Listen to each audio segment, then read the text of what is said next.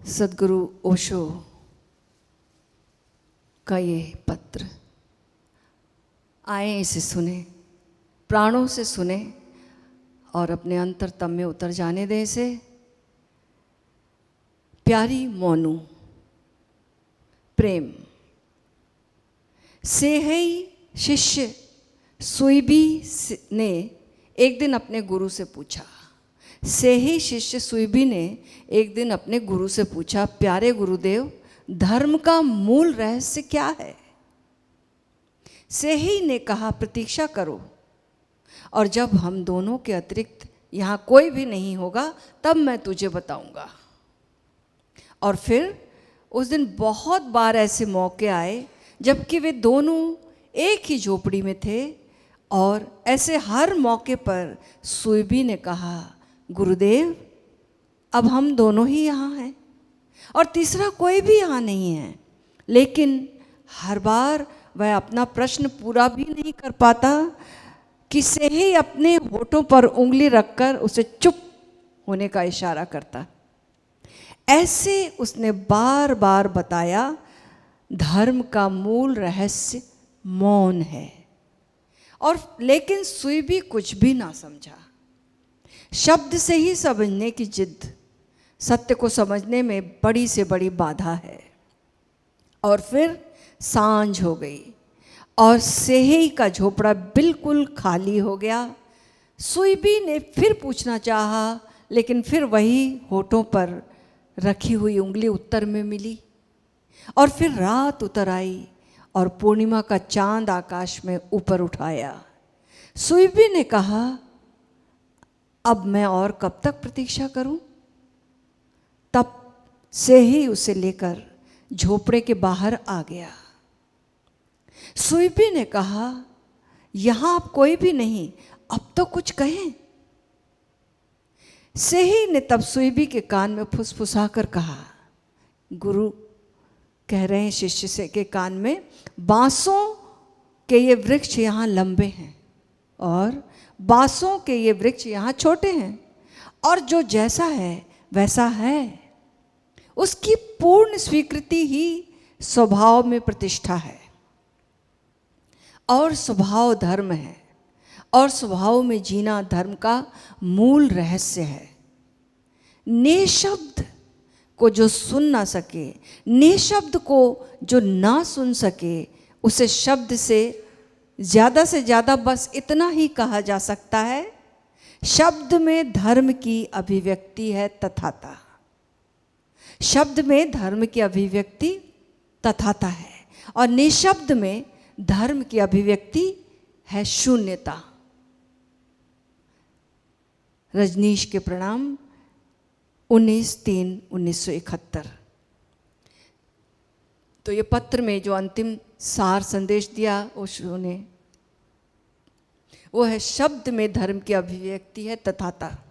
जब शब्द में गुरु बताएगा तो बस सार शब्द यही बता सकता, शब्दों के माध्यम से अध्यात्म का गूढ़ रहस्य की तथाता। बाहर हम जिंदगी में जी रहे हैं तो तथाता, तथाता का अर्थ जो है जैसा है उसकी स्वीकृति। और निशब्द में धर्म की अभिव्यक्ति है शून्यता।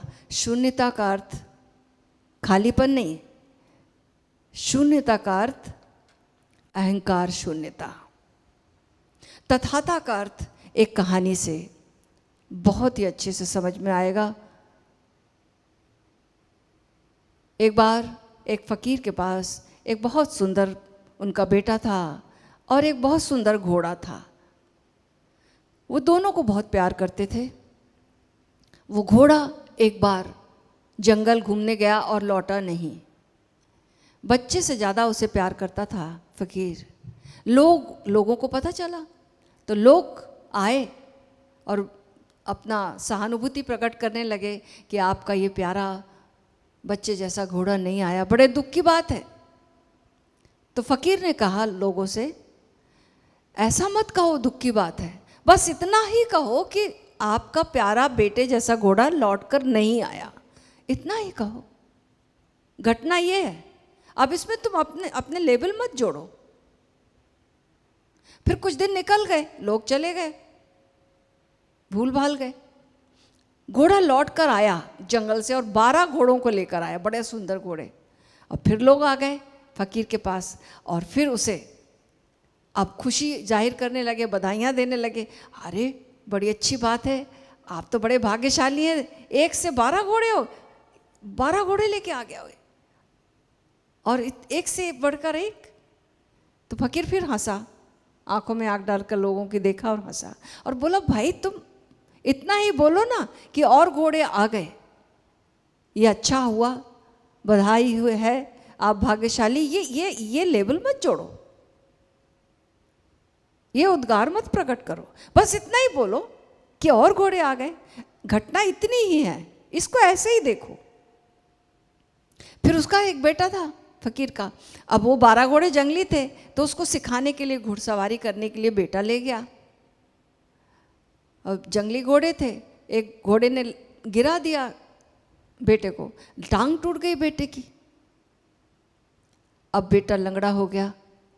फिर गांव के लोग आए और फिर बहुत दुख व्यक्त करने लगे, अरे एक ही बेटा और वो भी लंगड़ा हो गया, बड़े परमात्मा ने बहुत बुरा किया।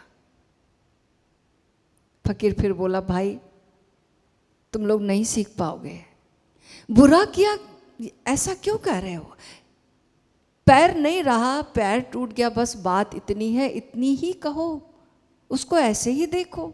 अच्छा है और बुरे का लेबल मत लगाओ, अच्छे बुरे का लेबल मत लगाओ, ऐसा हो ऐसा ना हो, ऐसा होता काश ऐसा ना होता, ये बातें कब छोड़ोगे तुम।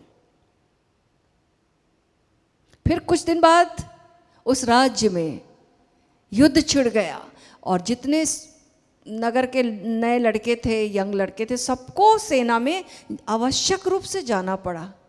अब ये जो फकीर का लड़का था, ये लंगड़ा था, इसको नहीं ले जाया जा सकता था, तो ये लड़का सेना में नहीं जाने से रह गया और घर में बच गया। वो इसे स्वीकार नहीं किया सेना वालों ने। अब पूरे गांव रोते हुए आया कि आप कितने सौभाग्यशाली हैं, ये बेटा आपका बच गया, एक बेटा, भगवान ने बड़ा अच्छा किया, आपका सौभाग्य बड़ा अच्छा है, हम कितने दुर्भाग्यशाली, हमारे बेटे सब चले गए सेना में। फकीर बोला, तुम लोग बिल्कुल कभी भी नहीं सीखोगे, चीजें जैसी हैं उसको वैसा ही देखना सीखो, ना कुछ सुखदाई है ना कुछ दुखदाई है। हम इंटरप्रिटेशन अपना करते हैं, अपना लेबल लगाते हैं, तो चीज़ें वैसी और देखते हैं वैसे, और वैसे चश्मे से हम देखते हैं, हम अपनी अपेक्षाओं के चश्मे से देखते हैं। ये है तथाता से उल्टा। और जब हम चश्मा हटाकर चीज़ों को जैसा है वैसा देखते हैं, और स्वीकृति, अगर हम लंबे हैं, इंटेलिजेंट हैं, अच्छा, अगर हम छोटे हैं और भावपूर्ण हैं तो भी अच्छा, हम गोरे हैं अच्छा, काले हैं अच्छा, सबका स्वीकार, दिन का स्वीकार, रात का स्वीकार, पीड़ा का स्वीकार, बीमारी का स्वीकार, स्वास्थ्य का स्वीकार। जब हम हर चीज को पूर्ण स्वीकृति में जीते हैं तो हम जल में कमलवत हो जाते हैं और अपने भीतर हम जो हैं अपने स्वरूप से जुड़ जाते हैं, और उस स्वरूप में परमानंद है, सदा आनंद है। और ऐसा दिव्य जीवन की संभावना हम सबके भीतर है। ओशो इसी का गुर देते हैं। वो कहते हैं शब्दों में बोलेंगे तो तथाता, और निशब्द में बोलेंगे तो शून्यता। अब शून्यता का ये अर्थ नहीं है कि बेहोश है, नींद आ गई उसमें भी पता चला, ऊँघ रहे हैं शून्य हो गया, ये नहीं। अहंकार शून्यता, हम जागे हुए हैं, अकर्ता भाव में कर्म हो रहे हैं, झुक रहे हैं, अकर्ता भाव में मिटना शून्यता है, विलीन होना शून्यता है। जागे हुए निर्विचार अवस्था में जाना, पूर्ण विश्राम, पूर्ण जागरूकता, विश्राम तो आता है, जागरूकता नहीं है तो बात नहीं बनेगी। विश्राम भी और जागरूकता भी।